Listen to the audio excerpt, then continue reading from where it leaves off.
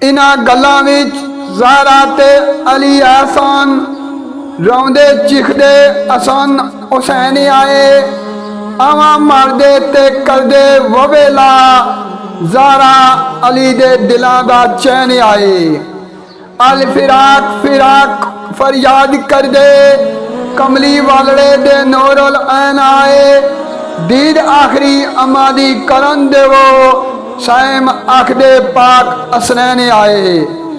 जिगर गोशियां दी सुन फरियाद ताई ज़हरा अली दवा दवें बेकरार होए।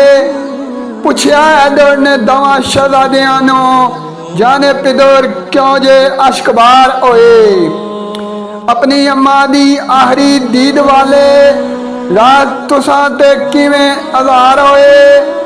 कीती अज शहजादियां असी जद सां हाज़र नाना दे विच दरबार होए।